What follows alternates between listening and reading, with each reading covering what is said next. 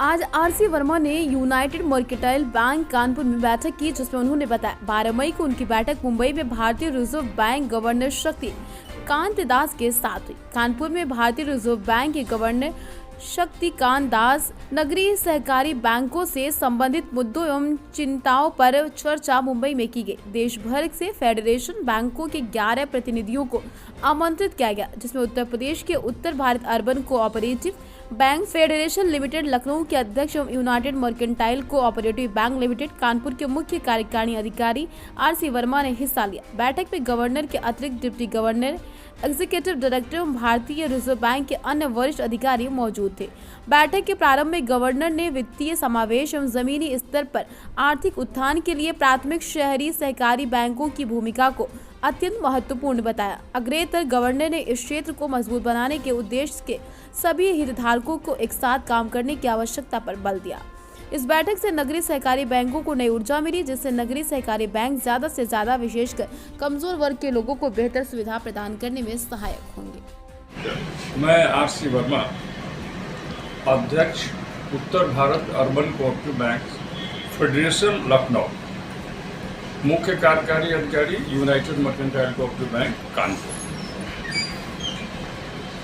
दिनांक 12 मई को भारतीय रिजर्व बैंक के गवर्नर द्वारा एक बैठक का आयोजन किया गया था, जिसमें पूरे देश से 5 प्रदेशों के प्रतिनिधि थे, जिसमें उत्तर प्रदेश के प्रतिनिधि के रूप में मुझे आमंत्रित किया गया था।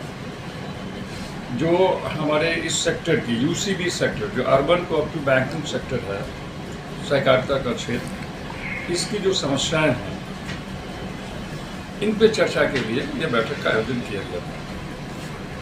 सबसे पहले गवर्नर साहब ने इस क्षेत्र की उपयोगिता क्या है, इस क्षेत्र के बैंकों की उपयोगिता क्या है, उस पर प्रकाश डाला और स्पष्ट रूप से ये चीज़ कही कि नगरीय सहकारी बैंकों की भूमिका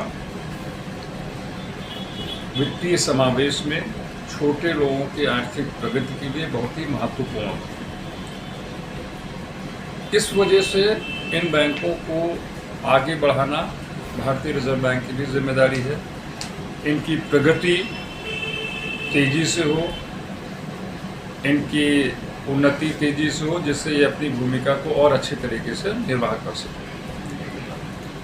हम लोगों की जो समस्याएं थी, पूरे देश की जो इंटायर सेक्टर है उससे जो समस्याएं थी, उन पे बहुत ही व्यापक विचार विमर्श किया गया। और सबसे बड़ी बात यह है कि अपने तरीके की एक पहली बैठक ऐसी थी जिसको भारतीय रिजर्व बैंक के गवर्नर ने स्वयं संचालित किया।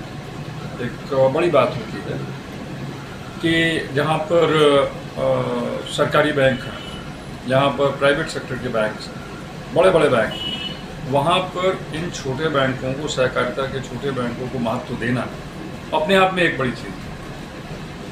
क्योंकि इन बैंकों को द्वारा जब ये बैंकों की स्थापना की गई थी नगरीय क्षेत्रों में, तब कोई बैंक, बड़े बैंक जो थे, यहाँ के जो नगरीय क्षेत्र में रहने वाले गरीब लोगों के लिए, कमज़ोर लोगों के लिए वहाँ पे दरवाजे खुले नहीं होते थे। इस वजह से इन बैंकों की स्थापना की गई। आज भी ये बैंक छोटे लोगों के आर्थिक प्रगति में बहुत सहायक हैं। सर, गवर्नर साहब की जो गाइडलाइन थी उसके हिसाब से अब आगे क्या स्टेप होगा अपनी तरफ बैंकों का? गवर्नर साहब की गाइडलाइन जो थी कि हम लोगों की ये है कि भाई आप अपने जो व्यवसाय की स्ट्रेटजी है उसको बदलिए, टेक्नोलॉजी को अडॉप्ट करिए। और आजकल जो साइबर सिक्योरिटी के केसेस आपने देखे होंगे आ रहे हैं, इसमें अपने को मजबूत करिए, जिससे कोई ऐसा इंसिडेंट आपके ऊपर ना आए जिससे नुकसान हो सके। छोटे कस्टमरों के लिए कुछ लाभ प्रावधान? छोटे कस्टमर के लिए निश्चित रूप से भारतीय रिजर्व बैंक और भारत सरकार दोनों जगह से बहुत ही बढ़ावा दिया जा रहा है कि छोटे लोगों को आप प्राथमिकता के आधार पर उनकी सेवा करिए, चाहे लेंडिंग हो, चाहे और कुछ सेवाएं जो हैं उनको निश्चित रूप से प्राथमिकता दीजिए। ये एक बड़ा क्लियर मैसेज है भारतीय रिजर्व बैंक का और भारत सरकार का।